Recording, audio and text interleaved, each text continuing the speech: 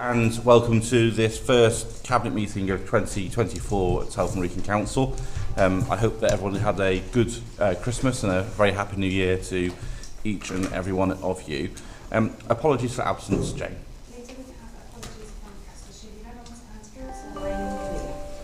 And also Councillor Andrew Eade, and he's been substituted by Councillor Tim Nelson. Thank you very much. Thank you, Jane, for that. We'll note those. Declarations of interest. Any declarations of interest at this point? No? Okay. Item 3 then is the minutes of our previous meeting. Are we happy to accept those as a true record? Thank you very much.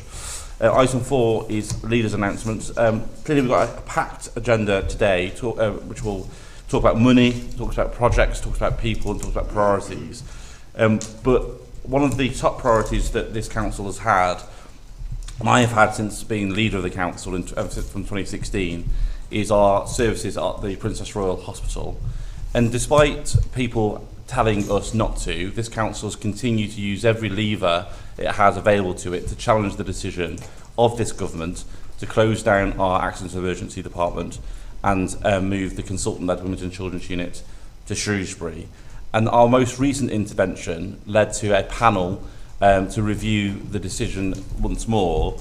And although the headline is that that panel have said that the future fit should carry on, it makes 13 recommendations, which I think demonstrates just how problematic this proposal is, but also, crucially, says the term A&E local should not be used because it undermines patient safety. This council, under this Labour administration, has consistently called out the con that an A&E local is anything more than a downgraded A&E. To their disgrace, certain politicians, particularly members of Parliament, and some Conservative councillors, told the residents of Telford Wrekin to welcome the fact that we had an A&E local as some type of win. And at every opportunity, we pointed out to the public that an A&E local was not anything accident, it was nothing emergency, and there was nothing local about it. And not only has the independent panel also ruled that the term should not be used, it also backs the calls of the Royal College of Emergency Clinicians, who also say that A&E local should not be used. I think members of Parliament, Lucy Allen and Mark Pritchard, should apologise to the residents of Telford Wrekin for attempting to mislead them into what is, in the panel's words, a gross issue of patient safety, where people would think that they were going to an A&E, and in actual fact, nothing could be further from the truth. The fight is not over. We will continue to fight against these plans as a council. If there's a Labour government later on this year, Keir Starmer and West Streeting have said they will review the decisions that are taking place. I ask the members of Parliament for Telford and the Wrekin to apologise for misleading residents into an A&E local. And I also call, and I will be writing shortly today, to both the Health Secretary and to the Chief Executive and Chairman of the Integrated Care Partnership to immediately withdraw the term A&E local from the plans. It's time that the Conservative government, and for that matter, Conservative MPs, and for that matter, local health bosses, were straight with the people of Telford Wrekin, that these proposals will make Telford the largest town in the country without a fully functioning A&E, and any attempt to create a smokescreen around that, and any consequences, any dire consequences of people trying to access treatment mistakenly after these plans have been put in place is on them. And I think that NHS leaders and NHS bosses locally have a moral obligation to immediately withdraw the use of A&E local from this, whilst we will continue as a council to push on for a review of these decisions. And I hope that, that the government will not enter into legally binding contracts with construction companies and others to spend money on taking service away from our town.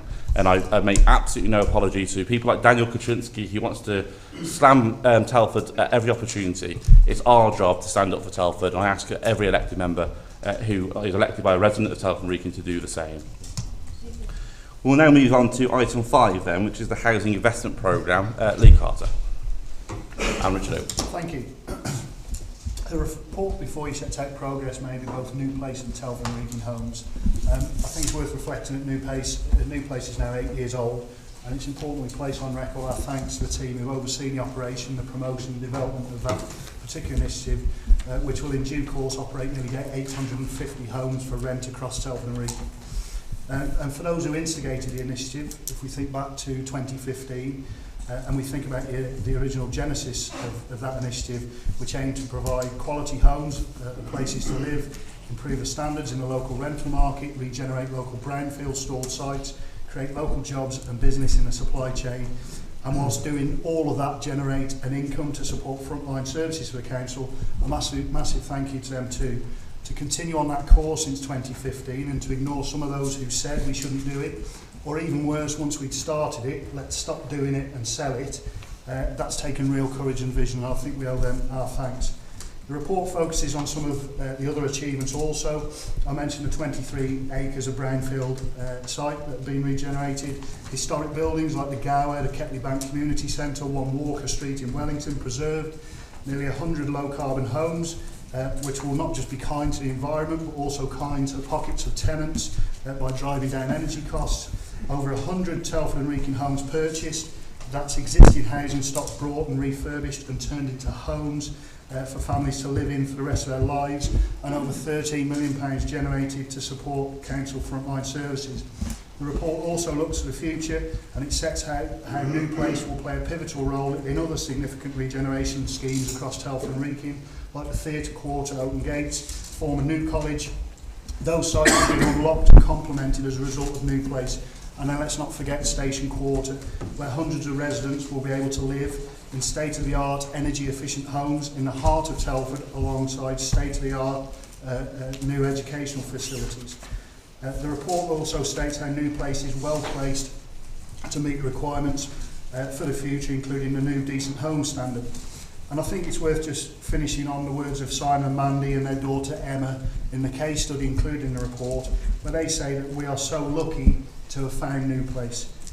Their security has been because of our judgment, and it will always be our judgment to back and invest in New Place and Telford and Wrekin homes. I'd like to move the report. Thank you, Richard. Yeah, I'm happy to second this, but as we know, this was a flagship policy of this Labour administration. You know, as Lee Carter said, you know, regenerating brownfield sites, bringing old council housing stock back into use through Telford and Wrekin homes.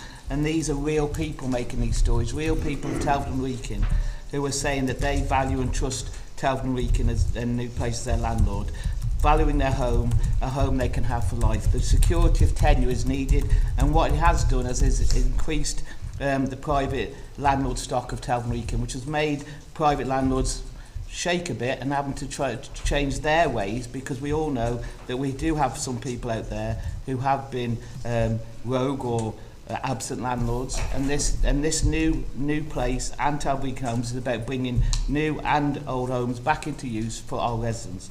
It's clear that the Telford Wrekin homes model, especially with the partnership with Wrekin Housing Group, is helping us combat poor private landlords, which can cause more social problems in our communities. And we are putting good old council housing back into the market for rent, both affordable and social rents. Added to this, we are supporting key workers.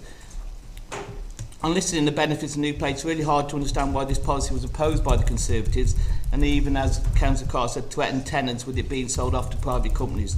You know you can only trust this Labour administration to deliver on New Place and Telford Wrekin homes, protecting, caring and investing, creating the better borough we all want to live in Telford and Wrekin. So I second the policy. Thank you very much. Are there any comments or questions from members of the Cabinet?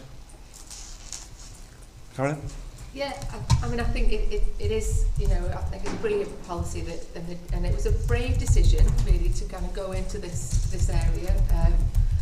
But it, you know, I'm very much a fan, as we all are, of the principles of the Marmot report, and in terms of, you know, actually what makes people live a good life, and housing is absolutely a bedrock of, you know, being able to live a good life and therefore have, you know, good health expectations for, you know, and reducing health inequalities. So making sure that we invest in housing, that we've taken this approach to be a direct provider of good quality housing, really underscores our commitment to ensuring we improve people's lives. And at the end of the day, that's what councils are about. That's why we all come into this. for me, with the lead on climate action, I'm really pleased that we're obviously moving into, we've built up that housing stock now, and we're really able to invest and lead the private sector now and show them how it's done in terms of building homes for the future, homes that are much more sustainable in their initial build, that won't need lots of costs for retrofitting as our existing housing stock will, and as Councillor Carter pointed out, are much cheaper for those residents to then run. So it just makes perfect sense, and I'm really glad that we're leading on that. So we're happy to support the report. Thank you very much indeed. Group leaders or their representatives, Bill? Yeah, I'm really pleased with this initiative. The particular aspect I like, is, amongst many, is the fact we're a flagship. It means that we can show that we can make a commercial success as building dwellings which hit higher standards than the national planning guidelines actually currently give, particularly when it comes to being environmentally friendly and warm homes. So people know they can move into our houses, they know that we take biodiversity seriously, we take heating seriously, but also we can make a profit on it for the local authority. So when you get lots of developers saying, oh, we can't do this sort of thing because we can't make any money out of it, well, you can, and we're an example for it. And it also means that we're keeping the standards high for everybody else in Telford to match, which is so important. So no, I welcome the report. Thank you. Yeah, thank you, Mr. Leader. Thank you for the report. I'm not in a position to make a statement one way or another about the principle of new places, probably isn't the environment. What I would ask in the tone of the report and the tone of the remarks here in the Chamber is that the Council is now a participant in the UK, in the Telford housing market per se, and as a landlord per se. So I would hope the Council would go forward in the spirit of partnership with other landlords and not have a pejorative presumption against private landlords. Some of the language, forgive me, some of the language in the statements just made has been that we are showing them the way, showing how it's done. That's not too pejorative, but in the report it says this intervention has prevented properties going to auction from potentially being sold to unscrupulous landlords. And really that language shouldn't be in a report by the Council. We should be looking at a partnership approach with the private sector. So, thank you. Thank you, Councillor Nelson. Can I just say a few comments in conclusion before we take it to the vote? That for me, this is one of the proudest things I've been involved with since being on the council. We did it at a time when we were told locally that we shouldn't be investing money to build people's homes, and that we should leave everything to the private sector, and there was no role for the council. It's interesting that the principle's not being discussed today, because I do remember alternative budgets from the principal opposition of this council who wanted to sell off New Place. Now, for those over 1,000 people who live in a New Place property, that would mean significant increases in rent over and above what we as a council via New Place charge. It would also introduce huge amounts of uncertainty.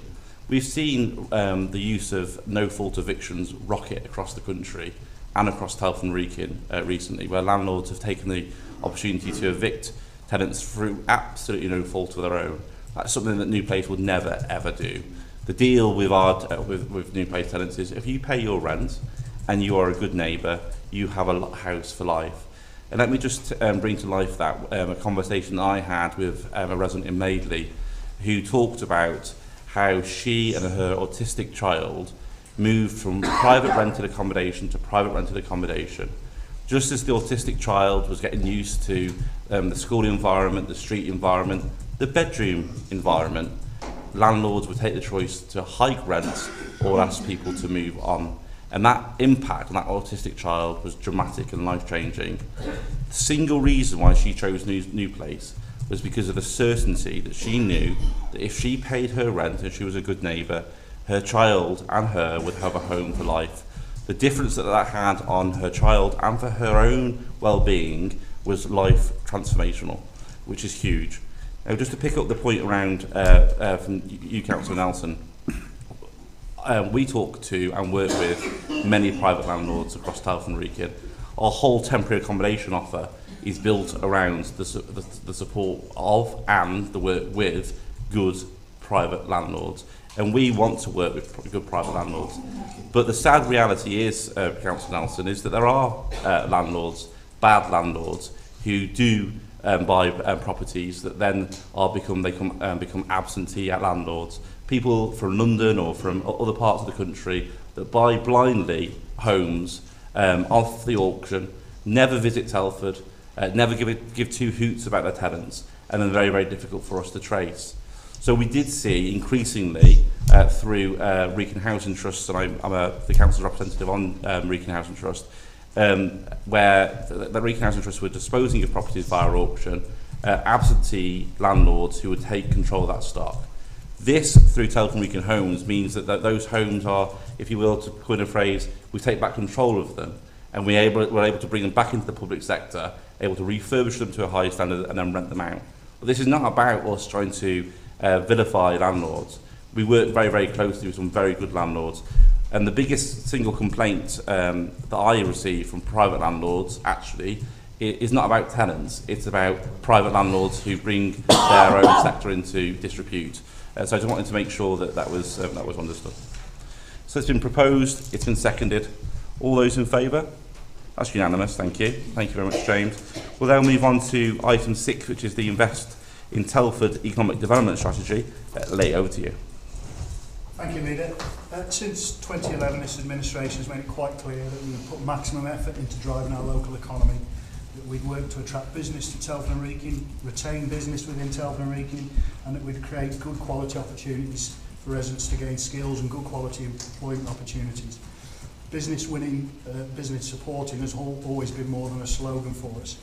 So as a part of a refresh of that strategy, we've engaged with business leaders in both private and public sectors to create this new Invest Telford Economic Development Strategy, which will act as a signpost for fair and inclusive economic growth in Telford and Wrekin, and that also aligns with our 2032 vision for Telford.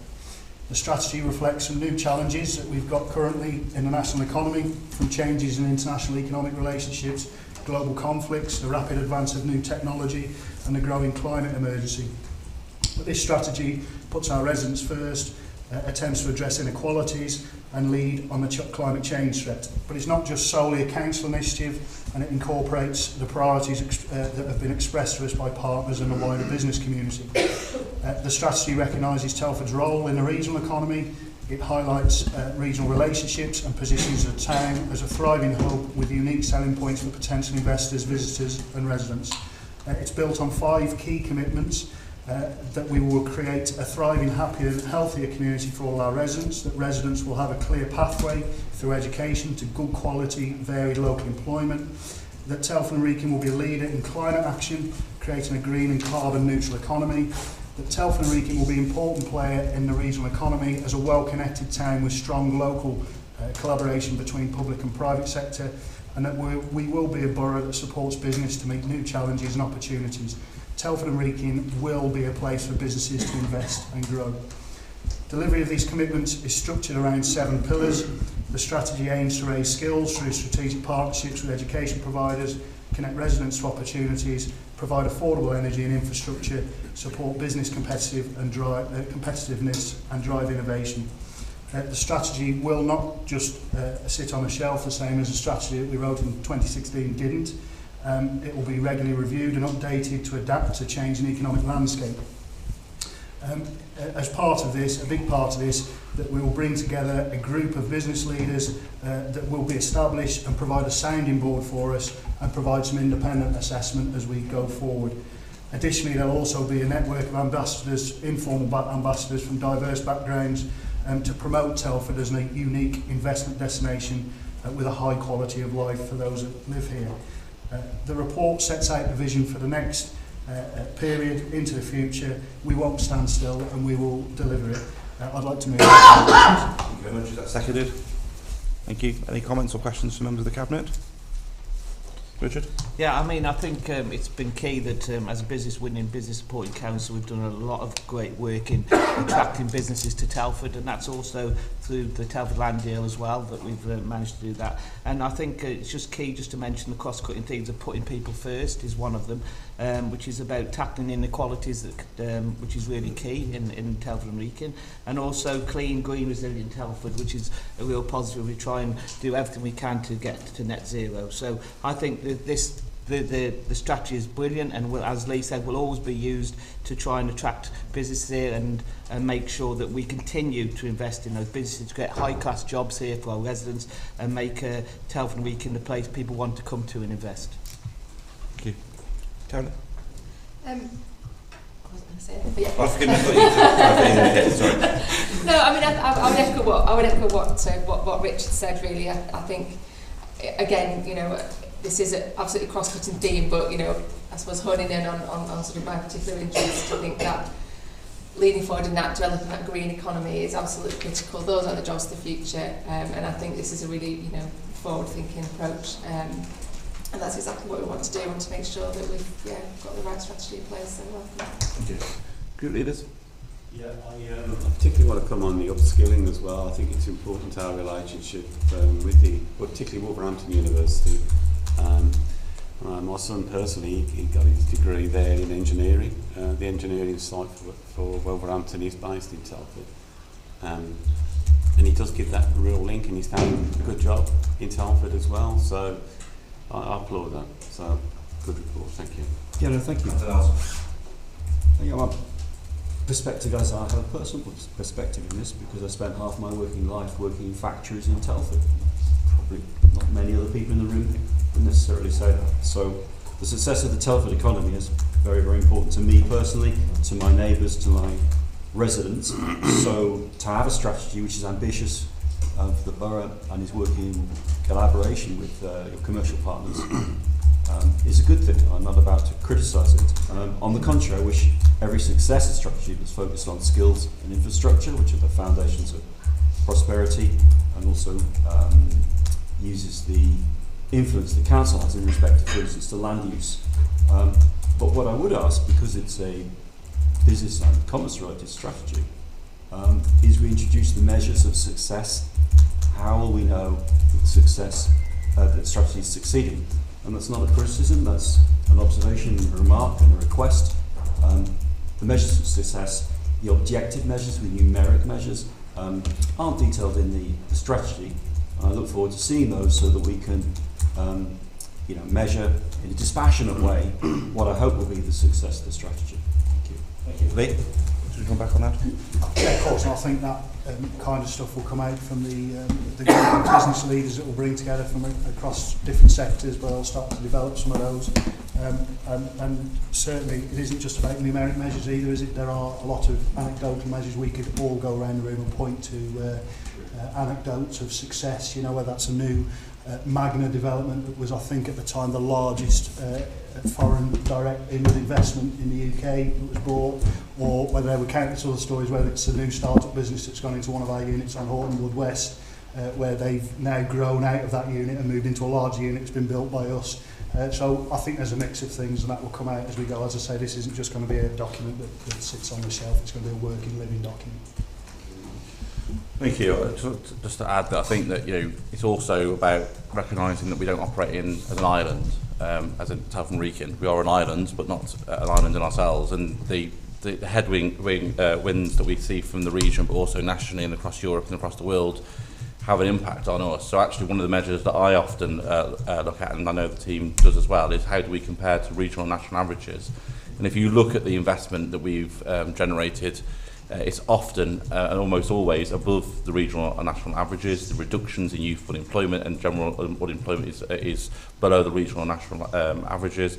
The ability to get people literally shovel ready in means that we have planning applications that are better and more quickly determined. This is a whole council approach. And actually I think that, you know, and I don't say this in a partisan way, I just talk about from a local government, national government perspective. If the national government actually approached economic growth in the way that we do as a council across the country, we might actually move beyond stagnation into the economy growing for the first time in a long time. And I think there's something about how local government and national government work. I also welcome the fact that the government have scrapped local enterprise partnerships. I think that's a good thing, and the ability for us now to be in control of our own destiny in that sense is also a positive, but always much more to do. But Tim, thanks very much for your constructive challenges, and Bill for your comments, and Lee for your report. There'll be no further questions. Are we happy to accept the recommendations within the report? It's unanimous. Thank you very much indeed. Okay, we'll move to item 7 then, which is the 23-24 financial management monitoring report. Councillor Nathan England. Thank you, Leader. Good morning, everyone. This financial monitoring report for 2023-24 provides the latest information relating to the projected outturn position. In overall terms, we are expected to be over budget by £7.624 million at the year end. Once the remaining budget contingency and one-off reserves are applied, this will reduce the pressures to £2.843 million. Nationally, councils continue to face extreme challenges with unprecedented pressures fuelled by high inflation and high demand for services, particularly adult social care and children's safeguarding, where many councils have reported significant pressures in their financial monitoring reports. When looking specifically at adult social care, due to the increased demand, we need to add a further £5.848 million investment. This position is after the additional net investment of £7.62 million made as part of the original budget for 23-24 and the further investment of £3.975 million in the amendments to the medium-term financial strategy approved at Council in July 23. In children's safeguarding and family support, an additional £3.91 million is required to meet increased demand of residential placements and complex post-16 placements. This position is after the additional net investment of £2.5 million made as part of the original budget for 23-24 and the further investment of £4.521 million in the amendments to the medium-term financial strategy approved at Council in July 23. Projections will continue to be refined in the final quarter of the year.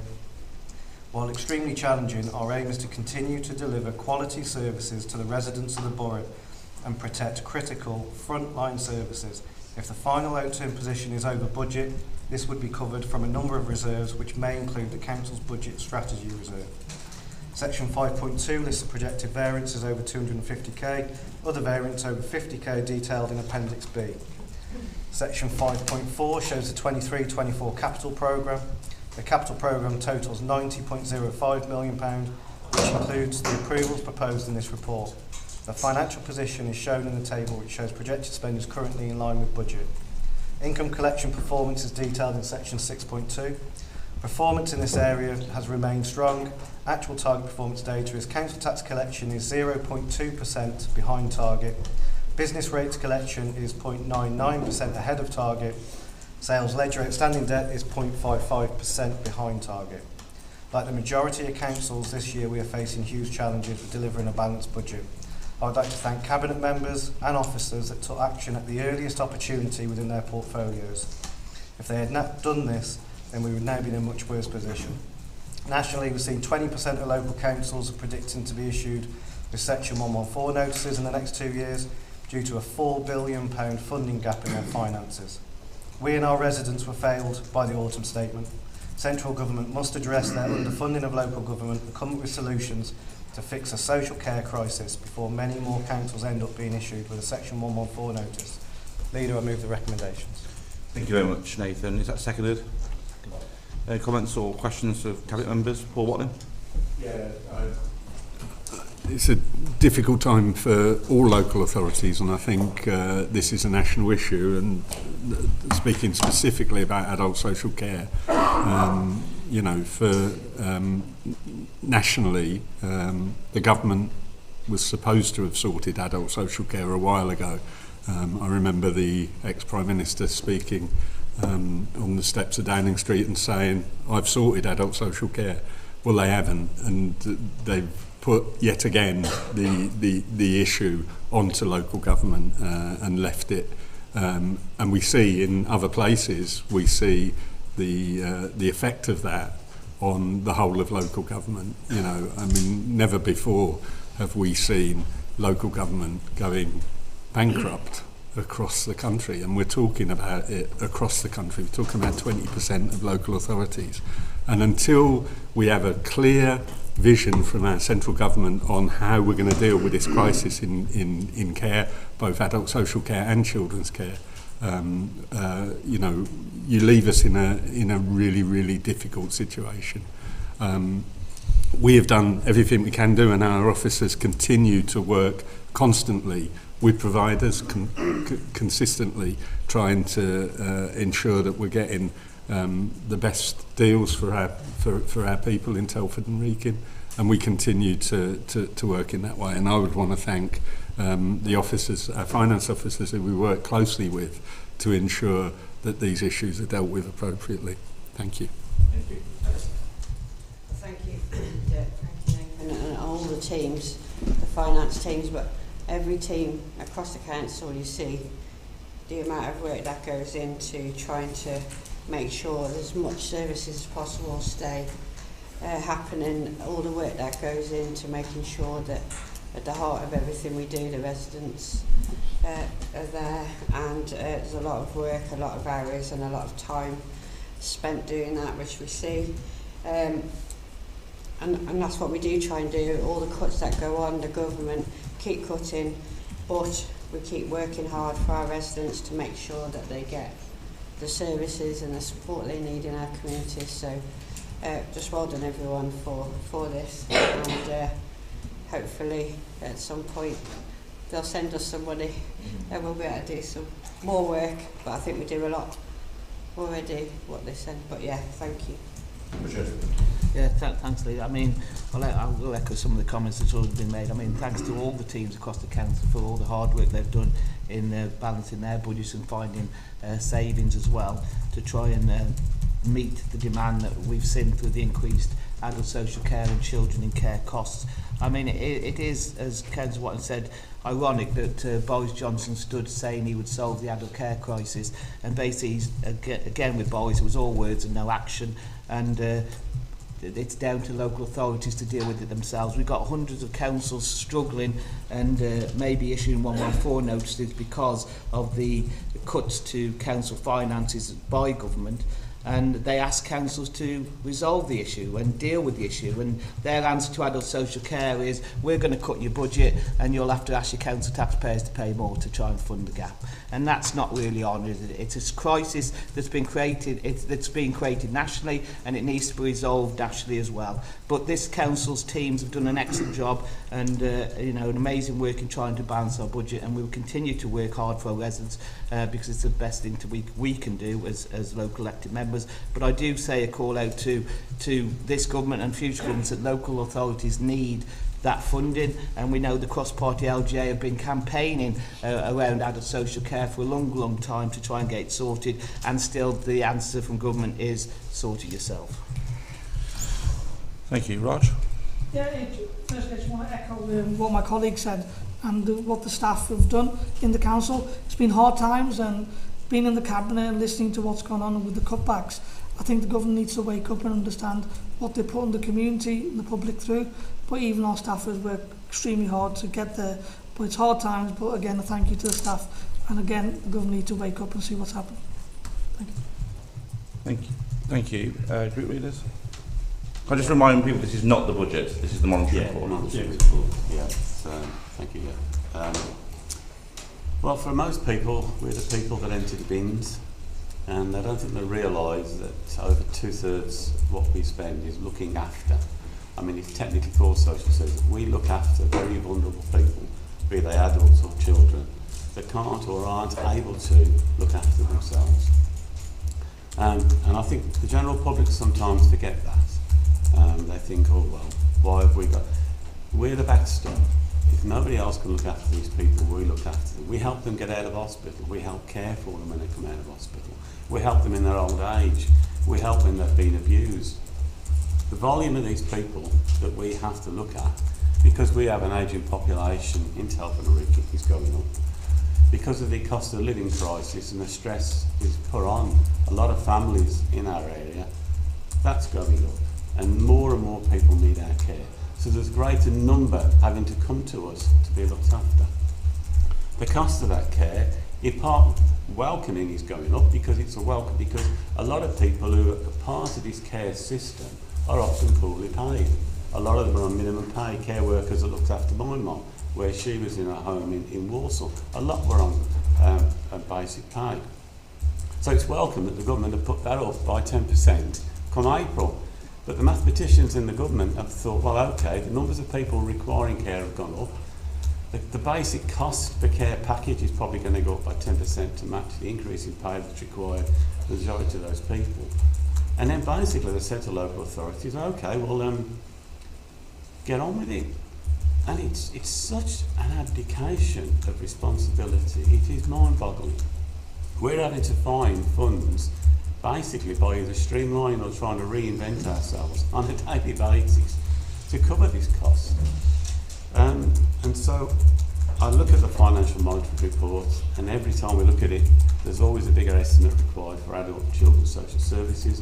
I'm not critical of that in what we're doing as a local authority, but it's really, really hard to find that funding. So I welcome it. I particularly welcome yourself, Michelle, into the new job. An easy one to sort of just get yourself into before everything else. So you our group supporting all the finance team, but all the teams in the local authority, because when we have to find money for vulnerable people, we then have to try and find savings, and inevitably certain services may have to be streamlined or cut. So I can't say I welcome the report. It's a bit grim reading, to be honest, but I think we're doing almost the best we can. Yeah, very briefly, that yourselves and my colleagues sitting next to me have outlined the circumstances that the council and the country find themselves in, and I don't think anyone said anything that isn't something you could read in the press. But I would give my thanks to the officers for the detailed work that they're doing on ensuring the council, as best it can, is having a balanced budget. Thank you for that. Thank you, Tim, and we'll take that as praise indeed for the administration as well as officers. I think, as others have said, we are at a tipping point in the country where 1 in 4 councils, according to the LGA, have said that they are likely or very likely to issue a Section 114 notice, effectively financial distress, bankruptcy, in the next 2 years. I can tell our residents that we will not be one of those councils in the next 2 years, God willing, that will find themselves into that situation. But I want to level with residents in Telford Wrekin, which is we are amongst the councils that in 3 years' time or 4 years' time, if nothing changes, will be in a situation where we have to issue Section 114 notices, because fundamentally what's happening is that demand-led services, for children's services and adult services, where the council has no control whatsoever on either the rate of demand or the cost of provision, continues to rise.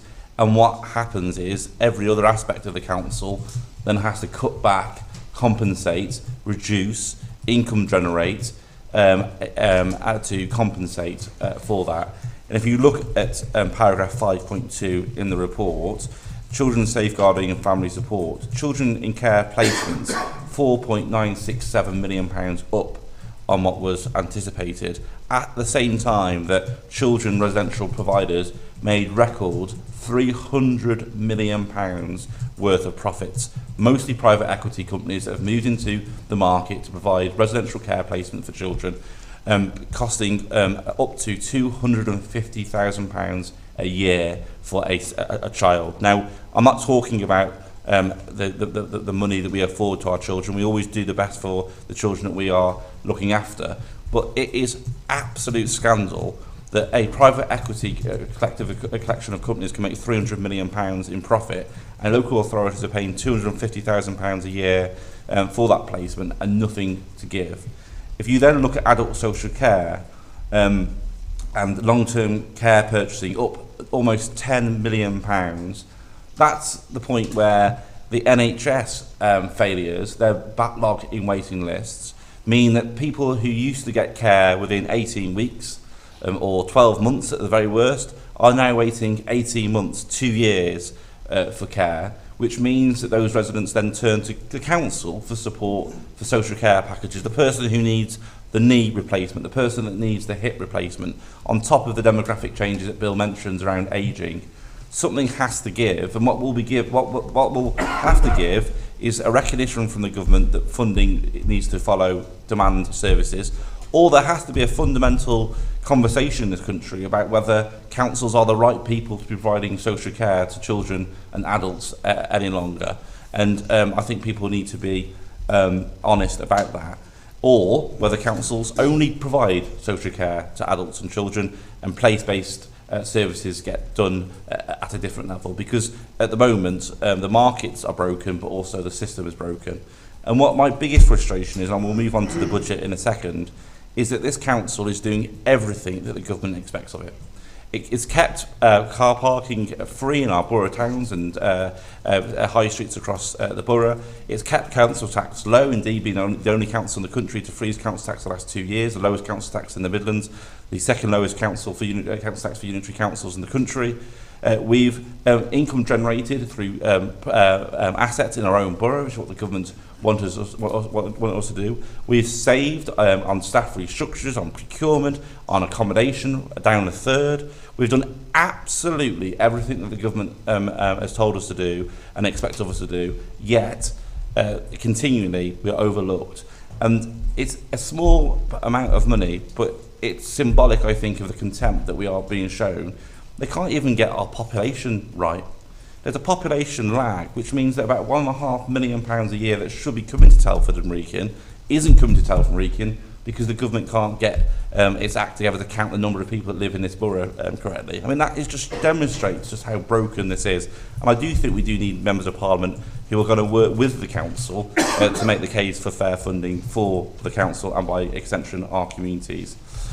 So I'd like to also join my thanks to Cabinet members, to officers outside and within the senior leadership team for the work that they've done over the last 12 months on finances. But the situation is dire, and the reality is that something will give over the next couple of years. Councils going bankrupt, care not being provided, and more hard decisions if there is not a change of course and a fresh start that this country so desperately needs. It's been proposed, it's been seconded. Unanimous? Thank you. We'll now move on to the budget consultation. Nathan. The purpose of this report is to provide an update on the medium-term financial outlook, including key uncertainties and financial pressures, and to set out the proposals for consultation during January and February 24. The current medium-term financial strategy, which covered the 4-year period to 26-27, was approved at full council on the 2nd of March 23. This included the 23-24 revenue budget and the medium-term capital programme. Since this time, many councils have reported significant pressures in their financial monitoring reports arising from increases in demand for key services and higher costs, particularly for provision of social care. Telford and Wrekin Council is also facing very significant budget challenges arising from increasing costs and increasing demand for services. We have a long track record of sustained, strong and effective financial management and have demonstrated a willingness to take difficult decisions when required. Despite having to deliver £156.9 million of ongoing annual budget savings by the end of the current financial year since the start of the government's austerity programme, the Council has continued to manage its budgets effectively. However, due to the current high levels of financial pressure arising from the increased demand for both adult social care and children's safeguarding services and the uncertainty facing the Council, this report recommends a council tax increase of 4.99%. All of the funding raised through the council tax increase will be invested in the provision of social care services for the most vulnerable children and adults in our community. In 23-24, Telford and Wrekin Council has the lowest level of council tax for the services that this council provides in both the West and East Midlands, and one of the lowest levels of council tax out of all English Shire unitary authorities. Council tax comparisons are included in Appendices 1 and 2. On average, for a Band D property in the Midlands, residents would pay 18.9% more than in Telford and Wrekin. Even after the proposed council tax increase, which would cost the average resident in a Band B property £1.09 more per week, it is likely that the council will still have the lowest council tax in the Midlands. The council tax increase will raise £4.04 million towards the £13.5 million of additional investment that is required into our adult social care and children's safeguarding and family support services next year, with the additional investment required being funded through further budget savings, including further reductions to staffing budgets. As well as the £5.9 million additional net ongoing investment into adult social care, the medium-term financial strategy also makes provision for additional net investment into children's safeguarding of £7.6 million next year. The Council's net budget for children's safeguarding next year will be nearly £49 million. And for adult social care, the net budget will be over £68 million, giving a total commitment to these two areas of over £117 million, equivalent to over now 2/3 of the total net revenue-based budget. The scope for additional ongoing revenue investments next year is limited, as further investments in other priorities would require more budget savings to be identified. However, several pressure areas have been addressed during development of the medium-term financial strategy to ensure that the proposed budget is robust and sustainable. The proposed medium-term capital investment programme totals £420 million and is set out in Appendix 13. This includes over £100 million of investment to expand New Place and Telford Wrekin homes, providing further high-quality homes for local people to rent. Over £65 million to support further growth fund initiatives, bringing new employment opportunities to the Borough. A new £20 million capital projects fund to be allocated over the coming 4 years by the Cabinet to key community priorities. Over £31 million for transport and highway schemes. Over £40 million for educational capital projects, including investment in school expansion projects and to increase pupil places.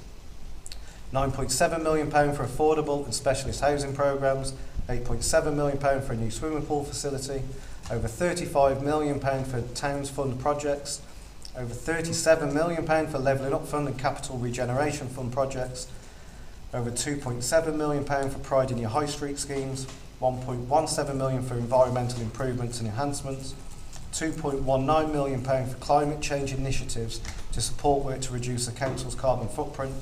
Some of these investments generate a financial benefit, for example New Place, which provides high quality homes for rent from a reliable landlord, mainly at market rent levels, and this has enabled brownfield sites to be brought back into use. Other benefits of these investments is that they will bring long-term capital growth, which will strengthen the Council's balance sheet as well as generating revenue returns well in excess of those associated loan repayment charges. They will also bring other direct and indirect financial benefits to the residents of the Borough, including additional income from council tax, business rates and new homes bonus. The report also puts forward new proposals that will deliver ongoing savings, including from additional income of £16.1 million during 24-25. The Council has consistently said that it will continue to protect the most vulnerable in our society and prioritise the protection of services to vulnerable adults and children in our community. The Council is committed to ensuring that we always meet the assessed needs of vulnerable people. As we make changes to services, we will always place priority on these essential services and will not let financial pressures mean that we fail to meet the assessed statutory needs of vulnerable residents.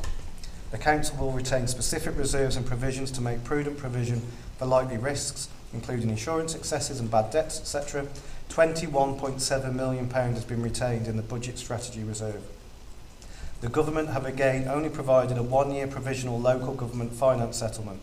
Combined with the uncertainty around what changes may be made to the local government finance system, it is very unlikely that the Council will have any real clarity on its funding for 25-26 and later years until we receive our settlement in December 24, less than 4 months before the start of the financial year, which has now been the case for the last 6 years, which clearly makes medium-term financial planning exceptionally difficult.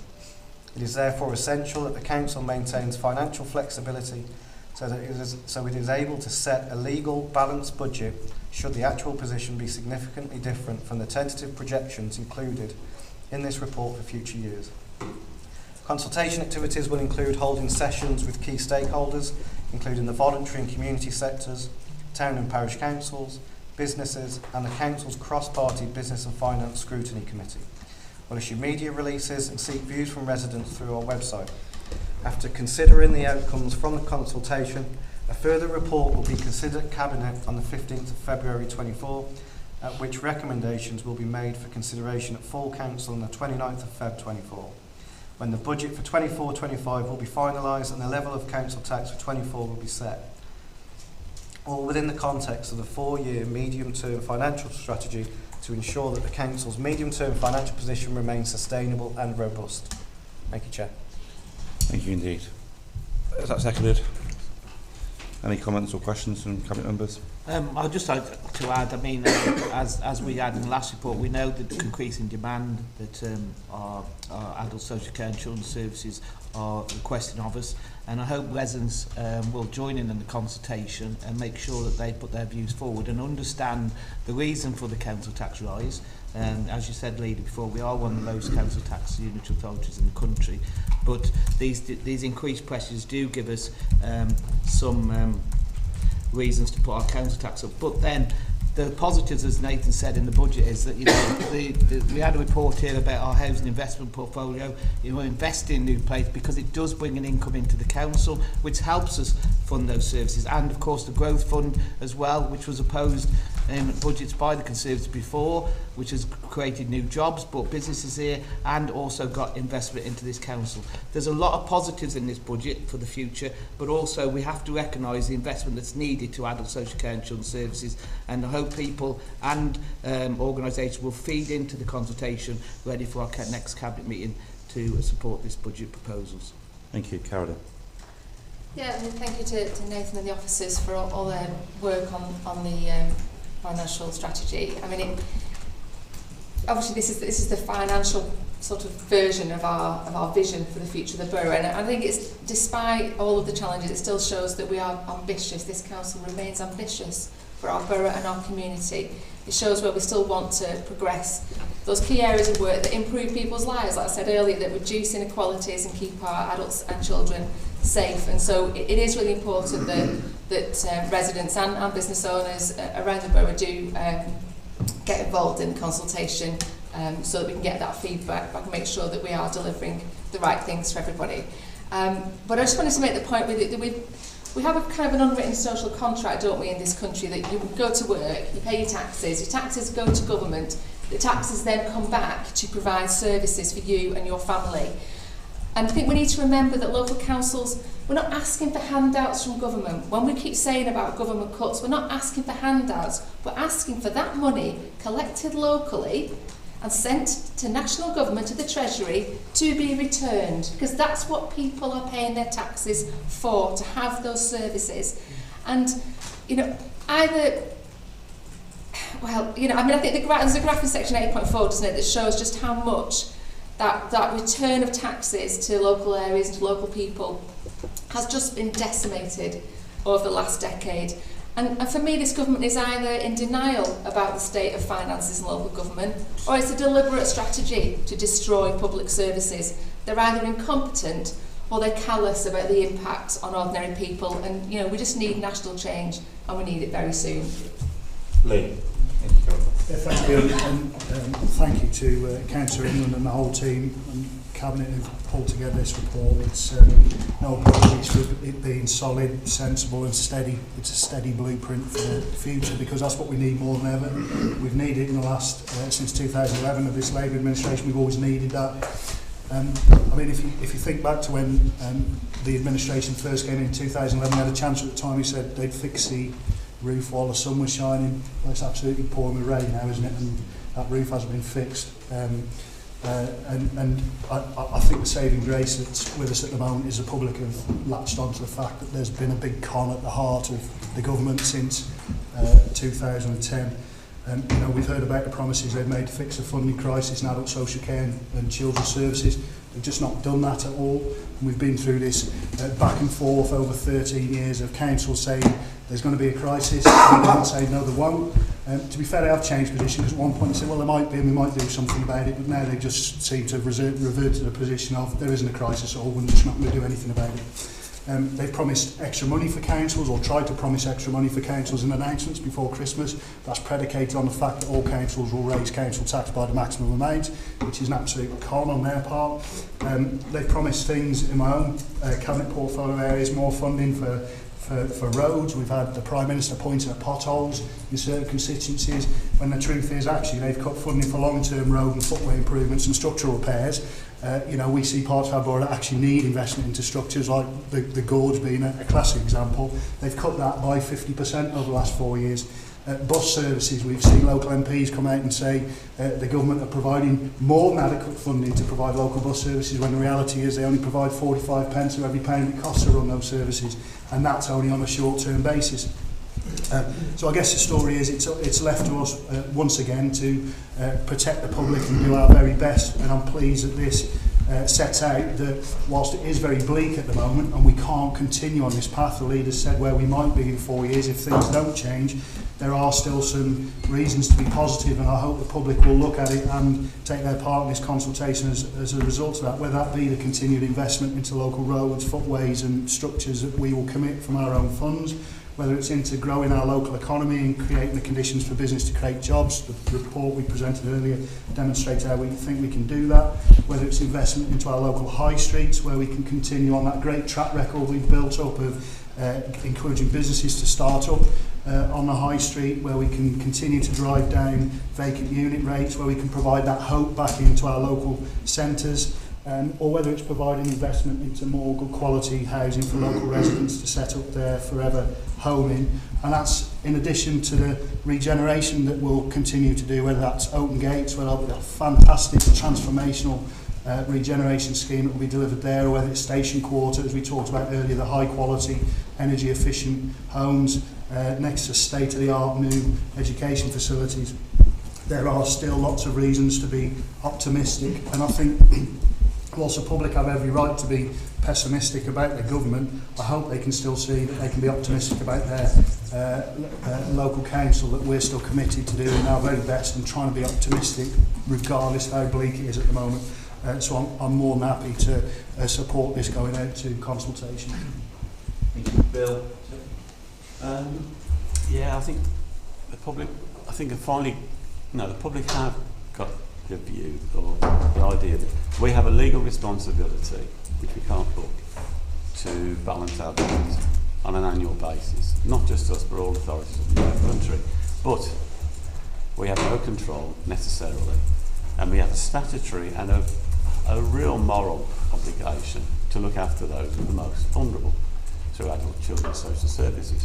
So we're looking at, I know technically you use the word investment, but I hate that word investment. It's like we're giving things extra because isn't it wonderful? We're not. We're giving things because that's absolutely necessary for adult children's social services. An increase in that next year could be 12 million.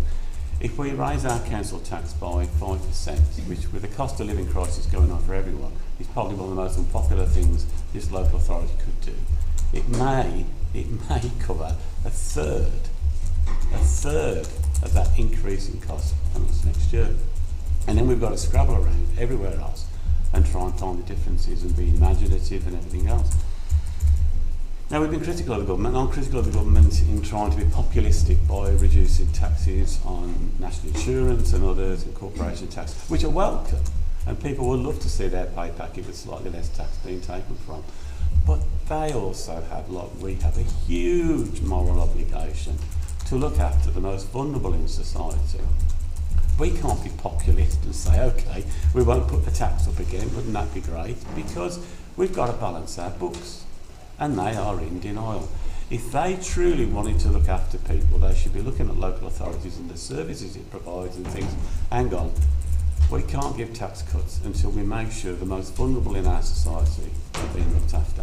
I think in our country, which politicians will hate to do of all political persuasion, we need an honest conversation amongst the general public about what services at a minimum we should be providing and where should that money come from. And I think that is absolutely, and maybe it'll take a change of government to come in. Whoever comes in, whoever gets elected in the next general election is going to find themselves with an enormous problem of demand on services and taxation and where they're going to get the money from. But coming back to Telford Wrekin Council, I think this is pretty much as best as we can probably do, given the constraints that are upon us. Thank you. Thank you, Mr. Leader. I mean, there'll be be 2 more opportunities for us to address the matter in this medium-term report. There's coming back to Cabinet after consultation, and the results of that consultation will naturally inform any contribution that will come from my group. And then the second is we will debate it in Council in public, and that's a different, slightly different dynamic to this one, because there's actually a debate, and so to that end, there's more briefing required for ourselves, partly because of circumstances for myself and my group leader, and I appreciate the efforts that the Council are making to support that briefing process, so thank you for that. And at some point, Councillor Healy and I will have a very interesting debate, indeed, about the nature of the social contract and the degree to which our income taxes are actually destined to be supporting local services, rather than most people's understanding, which is their council tax is supporting local service, and their income tax is paying for defence, or education, or motorways and rail, or in fact the NHS, which we don't pay for locally. So, but that is not the environment for that debate, and I'll close it there. Thank you. Thank you. So this is to the public and to those who speak on behalf or purport to speak on behalf of the public to have their say now on the proposals. For every pound that is raised in council tax increase, the first for 2 years in this borough, will be diverted to frontline services for children and adult services. For every pound invested which then provides income generation, every pound surplus will be diverted into frontline services. So the big question for those people who oppose this strategy is, if not the council tax increase, then how do you invest in frontline services? If not the investment into services and projects that then generate a surplus, which is then spent into adult social care and children's services, then what do you reduce? And as Bill quite rightly says, even with those 2 dimensions of a council tax increase and then a income generation strategy that we have put out in this report, further savings will be required. And I think that people need to be honest with the public on that. I refer to Appendix 3, which demonstrates the year-on-year cuts that this council has received, £156.88 million, which is the equivalent of £1,900 for every household. And I think, just to echo Carolyn's point, there's a fundamental question for our residents. Do you feel better off after 14 years of a Conservative government, both locally and nationally? And are the public services that you are accessing better than they were 14 years ago? What we've seen here in Telford Wrekin is £1,900 a year taken away from every household in this country, in this borough, for local services, at a time when people's pay packet taxation, national insurance and income tax is at a 70-year high, and we've seen nationally a doubling in council tax. Nationally, albeit that isn't quite the statistic for us here in Telford Wrekin due to decisions that we've made. I think that most residents will say they feel worse off than they did 14 years ago, and when they access public services, they are worse public services as a result.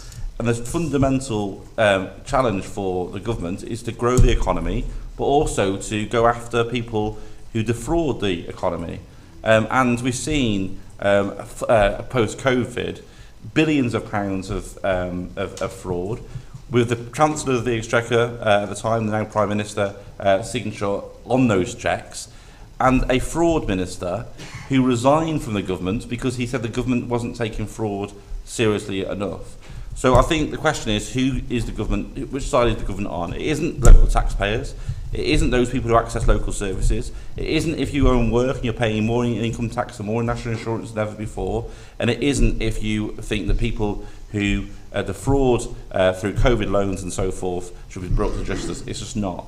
So, but we have to deal with what we have. And we haven't got the luxury, Tim, unfortunately, of sitting it out and waiting for 3 or 4 months. We have to put the budget papers together now, and we have to present a budget strategy. And I end on this. It's a message for all councillors in Telford Wrekin. My role as LJ chair means I talk to council leaders of all political persuasions every day of the week. The Conservative council leaders the Liberal Democrat council leaders, the Labour council leaders, the Independent council leaders, the Green council leaders, they all say the same, that this government is letting local government down. And I hope that we can send a collective voice from this council to the government, regardless of the political persuasion. I would be saying this if Labour are in power, that the deal that we're having, the local deal that we're having, is not fit for purpose, and it's people who are paying in more taxation and less services. But as you say, Tim, I agree with you on that, on this single point. It's now asking residents for their views, and we look forward to receiving them. Thank you. So now if it's been proposed and it's been seconded, all those in favour? That's everybody. Right, thank you very much, Michelle, as well, to you and to the whole team for putting that together over the Christmas period. Much appreciated. Right, let's move on to item 9 then, which is the Telford Wrekin Schools funding formula. This is a report for Eileen, however, Eileen's unwell, so I've asked Paul Watling to present the report. Paul. Thank you, Leader. This is the annual paper that comes to Cabinet seeking approval for the 24-25 funding formula for all Telford and Wrekin maintained schools, recognising proposals have been consulted upon with schools via the statutory school forum body. The formula mirrors the government's national funding formula and distributes 161 million across the schools. The increase compared to previous year amounts to 2.12% for Telford and Wrekin, which is clearly modest in the context of recent inflationary pressures for schools, e.g. pay awards, etc.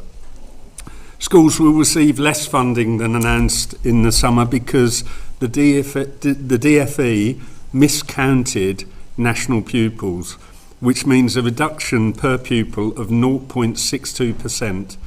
This is a reduction of 1.47 million for Telford and Wrekin, and on average this means £14,000 less for an average primary school and £59,000 less for an average secondary school. This news was clearly not welcomed by Telford and Wrekin schools given rising cost pressures across their budgets. With regard to high needs, like all other local authorities, costs for meeting the needs of children with special educational needs are rising substantially, and we're facing a potential deficit at the end of this year. This is due to rising demands and significant cost inflationary pressures. We recognise that the proposed request of Telford and Wrekin schools to seek a move to a 0.5% of the school to high need block will mean a further impact on already overstretched school budgets. We are consulting with schools on the proposal, and School Forum will make a vote in January based on the responses received. This year, there's a further impact on Telford and Wrekin schools given the DFE decision to review what is known as the exceptional DSG, funding for joint use facilities, which we await the final confirmation of our allocation for the DFE, but they've proposed to remove some of our funding, at least, which will have a likely impact on the need to charge schools for some services in the future. This will be yet another pressure that will be on schools' budgets this year.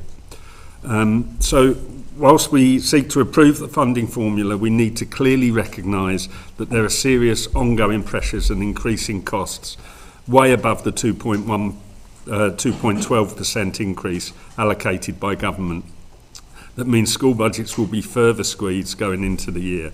We'll strongly be lobbying and campaigning for fairer funding for our schools and around the increase in high needs. And let's face it, this is not just school budgets. This is about proper funding for Telford and Wrekin children, and we've heard earlier about the issues around our funding generally, and it's also about our teachers and other school staff. I want to thank all the officers, finance officers and education staff for their hard work, and I move the recommendation. Thank you, Paul. Is that seconded? Thank you. Any comments or questions from cabinet members? Group leaders? Bill? Yeah, it's interesting. This follows on from the budget one. Not all the general public will know that most school spending is actually funded directly from the government. We simply receive the money and passport it out to all those schools. But it's going up as a headline just over 2%. we know what heating bills must be like for the schools and what must be salary costs. So basically our schools are having cuts.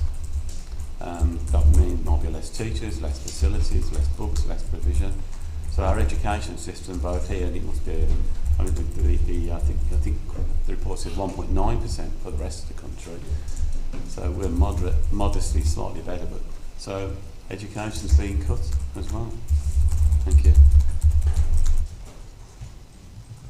Tim, sorry. Yeah, I've got unusual for me. It's an emotional response, to be perfectly honest. 2.1.2% is not enough. It's not my job to sit here with a blue tie on and criticise the government, but it is not enough. It's a fact of life that the whole of our society the last 2 or 3 years has been a deeply inflationary environment, partly brought on by the response that was made to the COVID pandemic, partly international factors which we're aware of. And this own council is proposing to increase its council tax. It really probably doesn't want to, by 4.99 or 5%, reflecting in part those inflationary costs. And schools have got those costs inevitably. Nationally, we have a very significant problem with teacher turnover in schools, or with school attendance, which has fallen off a cliff, which is a disaster in a first world country, because as this council's enterprise strategy utterly highlights, the foundation of prosperity is skills and infrastructure, and skills is founded on education.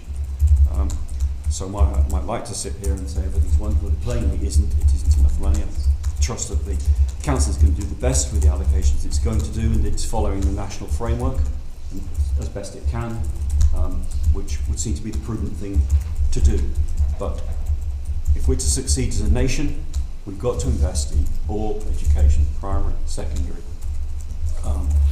And invest in this content bill means spend money so that we can afford teachers, we can afford the interventions we need to make sure that we've got kids able to come to school. And so to that end, while the council will be following its best guidelines of its national framework for how it allocates money, the amount of money is not enough. Thank you, Tim. And I won't put you on the spot right now, but we are going to be campaigning on this as a council, and I hope that we can count on cross-party support for that campaign. I have made representations to the MP on the same grounds. As I said, I won't put on the spot. I'll just say we will be doing just that in line with our school community. Excellent report. Thank you, Paul, for stepping in. I think you're now acting for 2 cabinet members in one meeting, so thank you. It's been proposed, it's been seconded. All those in favour? So everybody, thank you very much. We'll now move then to item 10, which is the Telford Town Park Strategic Framework. Carolyn. Thank you. So Telford Town Park, I think we all agree, is the jewel in the crown of our green spaces, stretching from the town centre down to the south of the borough and covering 150 hectares. But I think just to make the point, it isn't much more than a conventional town park. It's also a designated country park, and sort of not many people know that. Much of the land is also designated as local nature reserve. And of course it has a wide range of facilities, from play areas, formal gardens, the natural areas, miles and miles of trails, and popular attractions such as Wonderland, Exotic Zoo, our own high ropes, adventure golf and so much more. As well as providing that valuable green space and leisure and cultural activities for all our residents, the park is a key part of our visitor economy and attracts people from all across the region. In fact, I was recently at an event where I was talking to somebody from Milton Keynes, which also has pretty good green space as part of that new town development. But they said whenever they come to anywhere near the Midlands, they always make sure they come to Telford Town Park because they love it so much. So just shows to go the reach that we've got. And of course, it's a hub for lots of fantastic events, bringing artists like Tom Jones, UB40, and our own events like the Balloon Fiesta, and the really wonderful and magical Winter Gardens, which I hope everyone in the room went to before Christmas. It's really, really special. So whilst the town park is that legacy of the forward thinking of our new town designers, the council has continued to invest and improve the park. The new junior play area opened last spring and the COVID Memorial Woodland are 2 great examples of our commitment to improving the park for everyone. And so the strategic plan provides a vision for the park over the next 10 years. And development of the plan has involved resident, visitor and stakeholder consultation, as well as looking at national policy and benchmarking and see how the way the park is managed and set out sort of compares to other similar facilities across the country. I'd like to draw attention actually to one of the findings in relation to the benchmarking in relation to the cost of the park, and that the net costs of the park are considerably lower than similar sites around the country, and that's largely because of that level of income generated, and that, I think, building on some of the points that have already been made in this meeting, that commercial approach, as Sean said, this council doing everything that this government expected of local government, you know, being more commercial, raising income, and the town park, you know, I think has worked, you know, all credit to the officers, does really well on that, and that brings the actual costs of maintaining the park for its size down, and you know, we are you know, across the board we're considerably more efficient in that regard compared to lots of other parks, and that's allowed us to maintain those very high standards, resulting in an array of awards, and I won't go through them all because they're all listed in the report in section 3.9. But you know, it is one of the best parts of the country, and I'm sure we're very proud. The key recommendations from the strategic plan development are set out in section 4.2.2 of the report, and this is beneath all of those strategic recommendations. There are a whole range of projects that are listed in the main strategic plan document. These include everything from you know, improving wayfinding links and improving those linkages into the surrounding community so people can access the park easier. Also making use of the Silken Way to connect down into Ironbridge, strengthening that visitor offer in terms of creating that hub of things to bring people to our region. But also looking at ways we can improve the visitor centre, the water play, repurposing the Norman Chapel, and looking at how we can develop things like water sports that we're seeing increased demand for. So the plan is a vision for the town park. It will require additional funding to deliver all of the aspects of the plan. That will mean that we'll need to look at external funding, and the previous strategic plan did help us to draw in that external funding through things like Parks for People Award. But it provides us that basis and also helps us prioritise our own existing resources to projects. And I think really, for me, it demonstrates that commitment, again, as for this council, as I said earlier, that commitment that with the well-managed finances that we've got, you know, not to give up, not just to pull back to the core basics, to the bare minimum, that, you know, to keep striving for better for our communities despite, you know, 14 years of grinding austerity. So the town park is still one of the best in the country, and we absolutely want to make sure that it stays that way. So finally, I'd just like to thank the Friends of Telford Town Park. A number of the achievements in the last strategic plan were delivered very much in partnership with them and by them. You know, these are groups of volunteers. They meet every Wednesday morning if you want to join in. And they do a wonderful job, and obviously show just how valued the town park is to our community. So this is our vision for the town park going into the future. We'll do everything we can to achieve everything that's in there, and I hope members will support that. Thank you. Thank you very much, Caroline. Is that seconded? Any comments or questions from the member of the Cabinet, Kelly? Yeah, just to say well done, it's fantastic, and obviously great outdoor spaces are really good for exercise, people's well-being. We've got a lot of things on the go, green spaces are go, and things that encourage people to be outdoors, on the wellbeing walks and that kind of thing. So these things are vital really to make sure that there is a nice safe space for people to be outdoors and enjoy that space with their families, to get exercise at all levels of people's abilities. So really well done, and it's great to see 10 parks our gem, isn't it? So that's always has been. So. Thank you. Raj?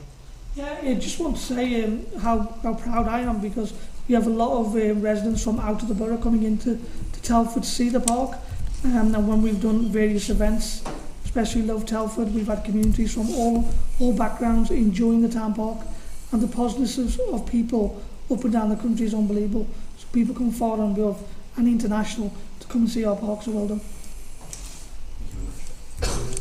Yeah, welcome to everyone at the town park. She's the jewel in the crown for Telford and Wrekin. COVID taught us that our green spaces are really important for mental health, and I'm glad we got that. And the cost of living crisis, it's nice to have somewhere where you can go at least half where it's free, and you can just wander around and take part in some of the activities at no extra cost, so that's wonderful. And I particularly value the last point you made about the volunteers. the Dothill Local Nature Reserve, a short version of Dothill Local Nature Reserve. Get that right. Get that right. Where I am, it's great for people who live there and for the volunteers who take part, and it's wonderful to see that our town park has got a network of volunteers as well. So hopefully we can encourage that more as well for the future. Thank you. Thank you. I know that echo everyone's praise of the town park, to be quite honest. I use it myself as a commuting route in the Silken Way. So I might ask for the surface to be improved, the lighting a bit improved on my bicycle, but it is absolutely, it's what you want, flat, off-road, safe, in a green environment.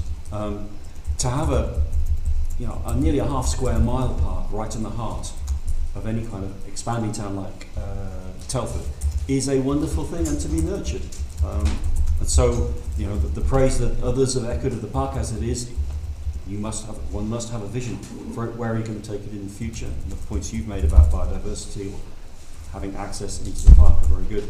But the most fundamental thing I've got in my mind is speaking to residents on the break between Southwater and Town Park. Why are we here? It's great. It's free stuff for kids. Mm-hmm. Brilliant. And when my kids were tiny, we sought out things like that for them to enjoy. So, congratulate you for the report. Thank you. Thank you. Just a quick comment from me. Again, welcoming the cross-party support. I've been lucky that I've lived on the edge of the town park all of my life as a child, and now as an adult, having walked there with my nan most Sunday mornings from Dorley to the town park, and then now walking with a reluctant 6-year-old to the park most weekends, and also a dog. It's a brilliant place. I walked through there this morning actually, and I also had the privilege of working at the town park for a couple of years when I was a student, and it is something that is just wonderful. And if we didn't have it, then we'd absolutely want it. And it's something like most things that are good in life, it's worth investing in. And I'm looking forward to seeing the plans in the strategy delivered, particularly the amphitheatre. I think a lot of us have lovely memories of the use of the amphitheatre. But also, alongside the thanks that Karen and others have given, I just want to say a big thank you to the contractors that work in the park as well. I know Brian is now retired, but Brian did a fantastic job, and his successors around the gardens do amazing jobs, and also to the rangers, Pete and Jock, and Nicola, as well as town park manager. So big thanks to those individuals. Thank you very much. That's been proposed and seconded. Everyone in favour? Thank you. Cheers. Right, we'll move on to item 11 then, which is the alcohol and drug strategy for 24-29. Kelly.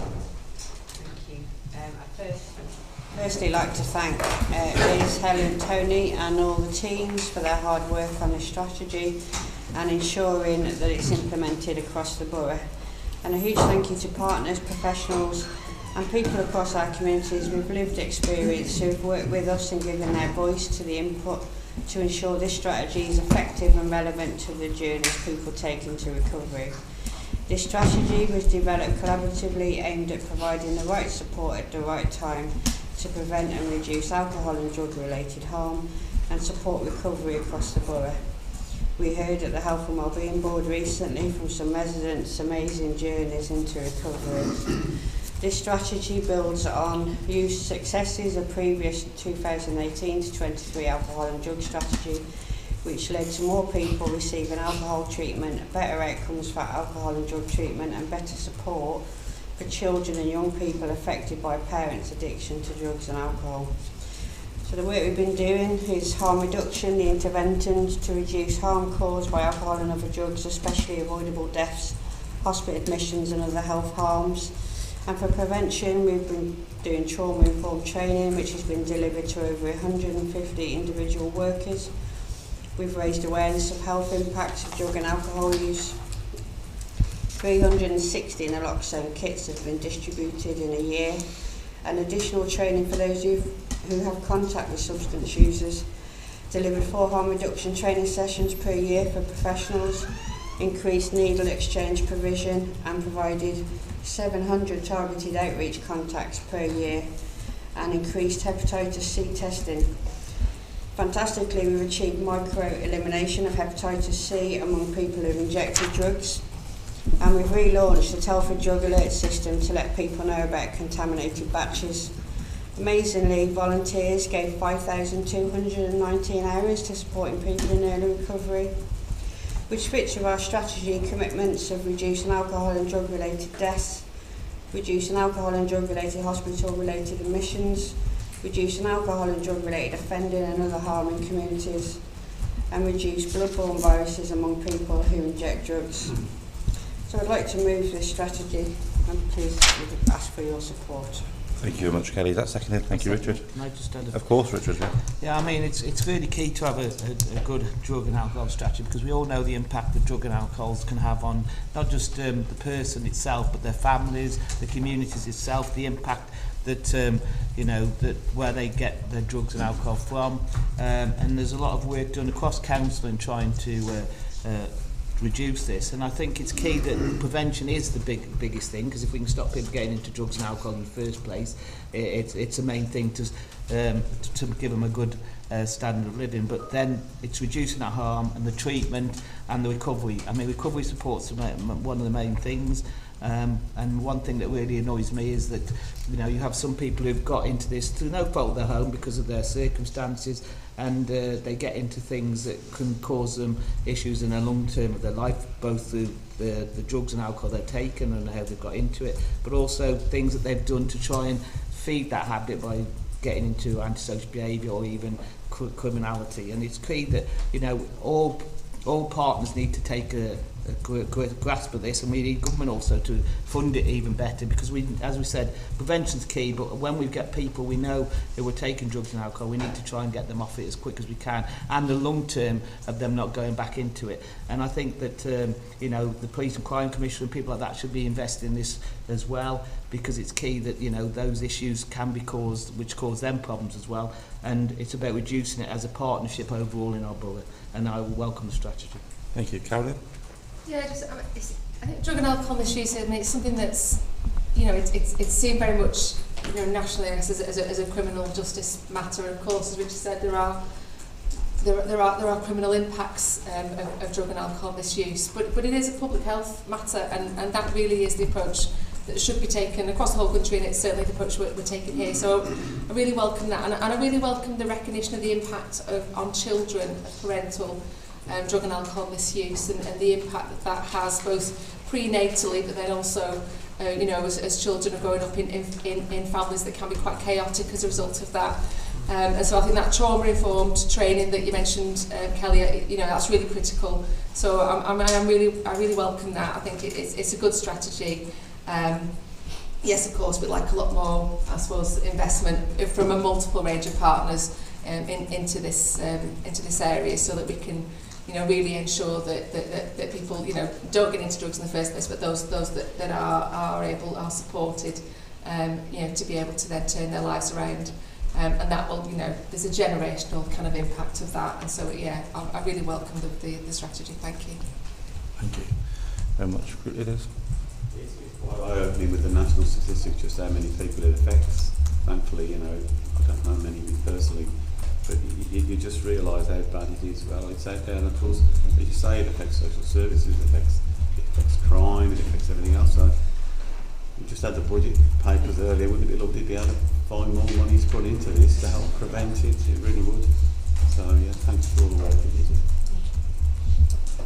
Yeah, echo Bill's thanks, Liz, and good luck forward. I'm interested, you heard Karen's quite right to say that the context and the perspective, though the effects of acute abuse of alcohol and drugs can end up with criminal issues. And Karen referred to drugs and alcohol context as a public health issue. It is a public health issue, but the public are we. And we're reading this just after Christmas. And certainly, as far as alcohol is concerned, it's a societal issue. And I am not making a pitch for temperance. You know, it's not what I'm saying. But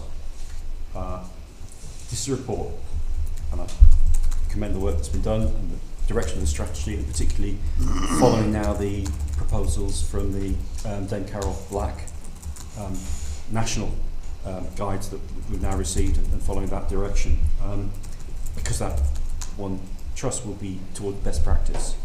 But it's a wider context for all of us to think about addictive behaviours and intoxicants and inebriants and narcotics. It's very interesting indeed that now the thinking is to put alcohol on the same level as drugs, and regard alcohol as a drug, and that not somehow alcohol's okay. And from my generation, that'd be very much the view. Drinking's fine, but drugs are wicked. Actually, there are lots of individuals now who are using substances, never touch alcohol, but they're still using substances. You know, people, certainly, background's the wrong word, people of my generation, drinking more than we should be drinking, you know, and somehow we're different, and we're not. So this change of context to say, first of all, alcohol and drugs, drugs and alcohol, we're not separate, they're part of the same thing. They can lead to the same sorts of addictive and destructive behaviours. That while this strategy's changed from the past, is now looking at prevention, but I trust that won't be abstinence, because that's a tall call, but it'll be moderation and management of behaviours. That is the direction I think that's been taken. Then I thoroughly commend that, and I'm supportive. So thank you. Well, I mean, yeah, it's about preventing escalation into problematic use. Yeah, we all, at times, I'm sure, indulge in some alcohol, but it's about that being problematic, and it's about increasing resilience as well. So, where you've had families where there's been substance use and there's been alcohol problematic use, to build in resilience with young people and children so they don't escalate into that usage as well. And it's about intervening early with families to prevent that escalating into a future problem. So this strategy is really about saying, let's break the cycle, let's work with families, and problematic use, so if it's impacting on your daily life, then it's a problem. So yeah, that's what we're working at. Thank you. I mean, I think what we all agree on is that actually if you were able to help and prevent, and then, you know, support people who are trapped in that addiction triangle, there's so many other services that would have seen less demand and often greater expense. I always think it's bizarre that we will spend thousands of pounds a week on a prison space, for example, but we don't want to spend a few, far less than that on a detox strategy. But that we do need that prevention. And if anyone hasn't listened to it, I do, and just to hear Richard's condemnation, I listened to Radio 4, but Fixing Britain with Louise Casey, a series of podcasts over the last few days on Radio 4, deals with not just addiction but also other issues, and things can be fixed. I think sometimes we're conditioned in this country to think that problems are impossible to fix. You can fix these issues if you have the will to do it and the resources to do it, and I think this is an area that we absolutely need to get right as a country. Liz, I also know that you've got other cabinets before you retire, so I'll save my good wishes to you. But Tim, thank you for highlighting the news that Liz will be retiring later on this year. But we'll no doubt return to that at a different cabinet meeting. Excellent, thank you very much. All those in favour? Excellent. Okay then, last item on today's agenda then, which is Councillor Pride funding for 22-23. Raj Mehta. Thank you, Nita. It gives me pleasure to present this report to Councillor Pride Fund of 22-23 and to have the opportunity to review some of the fantastic projects members have supported to protect, care and invest to create a better borough. The fund allows members to respond to individual needs of their wards. In 2022-23, each councillor had £10,000 to allocate. The budget of £540,000 was allocated in full. For every £1 granted, 46p of match funding was secured. 402 applications were awarded. The total now awarded under this scheme is £1,728,000. The report provides extensive examples of the projects supported in 22-23, and these include the following as examples: those supporting the cost of living crisis, such as £1,710 granted to schools-based school uniform projects, and £2,956 granted to warm and welcoming spaces, enabling residents to stay warm during the colder months. Residents were supported to stay fit and healthy with the thermoplastic distance markers in Bowring Park, which provides a guidance encouraging park users in their exercise.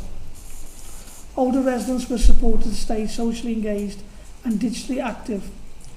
£1,000 enabled the Ketley Coffee Club to provide activities, entertainment and trips out, whilst £400 meant Ashfield's Community Centre could purchase a laptop and printer supporting residents to develop their digital skills and provide a vital link to family and friends.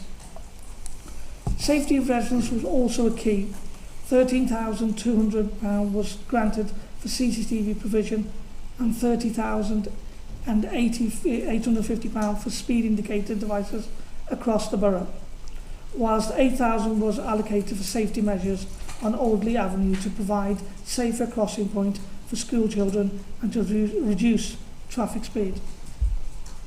And finally, there's some inspiring projects supporting the natural environment, including £1,600 towards heathland and grassland restoration to improve the ecology and enabling polluting insects to survive and thrive. The report contains many more examples, and I'll end on the recommendations for Cabinet, which are to note the continued impact of the scheme in supporting the delivery of the Council's priorities, the importance of the scheme in offering a bespoke response to need individual communities and in supporting community organisations to thrive. That match funding of £248,212 was secured, and the final deadline for the current scheme is the 1st of February 2024. Thank you. Thank you, Roy. Seconded. Thank you. Comments? Yeah, can I first thank you, Lee, who came up with the idea many years ago to give ward members that small amount of money to make that positive impact in their communities. I must say that last year through the cost of living crisis through my own ward fund, I remember the Brownies getting in touch saying their insurance premiums had gone up, and our grant that we gave them, me and Dave at the time gave to them, was welcome, so they didn't have to put the fees up for the Brownies and they could still meet. And also in the report there's the underpass, which was always being graffitied, and working with a local artist and the local school, they've now done a great entrance into it, which will be a local nature reserve sometime, the flash pool, and it's not been graffitied since, so it's also solved a problem thanks to that small investment. So it's a real positive, and you've got all these other stories in there of where ward members have contributed to help their communities deal with issues or even support those voluntary sector in making sure they continue. So it's a real positive report, and as you remind me that you came up with it, and it's been a real positive impact for everybody and all ward members, new and old. Kelly. Thank you. Yeah, well done. It's fantastic, and I'm really proud. Actually, one of the things I'm really proud of from Pride Fund is that me and Councillor Evans were able to create a library in Woodside as a result of the Pride Fund, which now over 200 people have joined, and it gives the young people generally access to free books in Woodside, which was amazing. We was able to put a panto on for over 100 children last year, and it really lets us get into the heart of our communities and really fund and support where it matters to the people who put us in our seats, which is really important. We've got craft groups, football, bowling, health groups. There's so many things that you can support with your residents and also attend because it's in your wards. Brilliant. So really proud of it. Thank you. Thank you. Yeah, apart from the funding that we get, it's modest, but it's very welcome. So thank you for initiating that. I think there was just a tiny, small typo in the report. I think it should be 5,000 per ward member, not per ward. Yes. So it's very welcome. Thank you. I was just about to praise the scheme, but I'd lost sight and forgotten actually that it was your idea, Sean. However, despite that, and in an alternative and parallel universe where Bill and I form an administration one day, I've absolutely no idea whether in that parallel universe a Pride scheme would exist or not, but I certainly would advocate very strongly for one. It's something, I'm a relatively recent councillor compared to many of you. So for my period in council, it's been a fact of my sort of council life, and it has been excellent. I can't say in other way that it has not been excellent for three reasons. One, the sums of money have been sufficient to actually do something. If it was £50, it would be very welcome, but it's not enough to have an impact. The second is one aims very much to spend it within the ward. So it's going to your residents in your ward in response to their requests in the ward. And the third is that to date, it's been, from an administrative point of view, relatively light touch. So it's relatively quick. So you can make something happen that a volunteer body, I can use what in Bloom, the obvious one for me, would ask for. Can we do this? And they're not hesitant. Can it be done? Yes, it can be done. So from that point of view, you know, very good. Thank you to the background work, particularly the individual officers who are very patient with my endless requests, how much have I spent to date, because I always forget. And they're very patient with that. So that's appreciated too, so thank you. Tim, my work is done. To have not only recognition that one of my ideas has been a good idea from a Conservative councillor in Telford and Wrekin is you know, praise indeed, but to say that the future threat, potential of a Tory Lib Dem coalition taking control of this council may just take that one idea forward in their utopia version of the council is very good indeed. But thank you very much, and echo the words of Raj Borst's officers that actually, as councillors, we all get elected to do a little bit of positive in the community that we serve, and we then get sucked into the governance of the organisation, and also then wanting to do things for not just your ward but the areas around your ward, and then the borough that we represent. But actually this budget, and the whole idea was a small bit of money, big impact, is that actually when it comes to it, you can do a huge amount of work with a small amount of funding. And I just want to highlight the match funding element. So for every pound, I think Raj said that we spend, about 46 pence comes back. That's exceptional rate of return, and I encourage councillors to always seek match funding so that our pound goes that little bit further. But thank you very much for that, Raj. That's been proposed, it's been seconded. All those in favour? That's everybody, and I'll call the meeting to an end. Thank you.